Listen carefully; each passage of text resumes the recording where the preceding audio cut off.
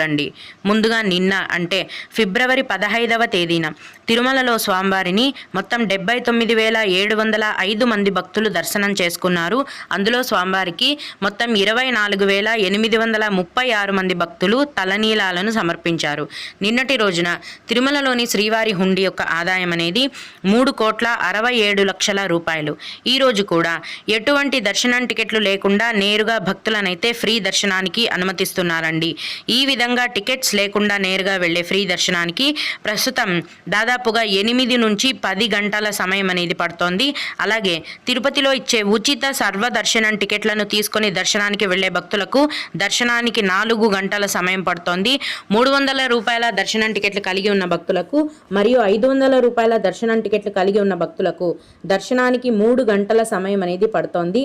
చిన్న పిల్లల సుపదం ఇన్ఫాంట్ దర్శనం అనేది కొనసాగుతోంది. అలాగే VIP బ్రేక్ దర్శనం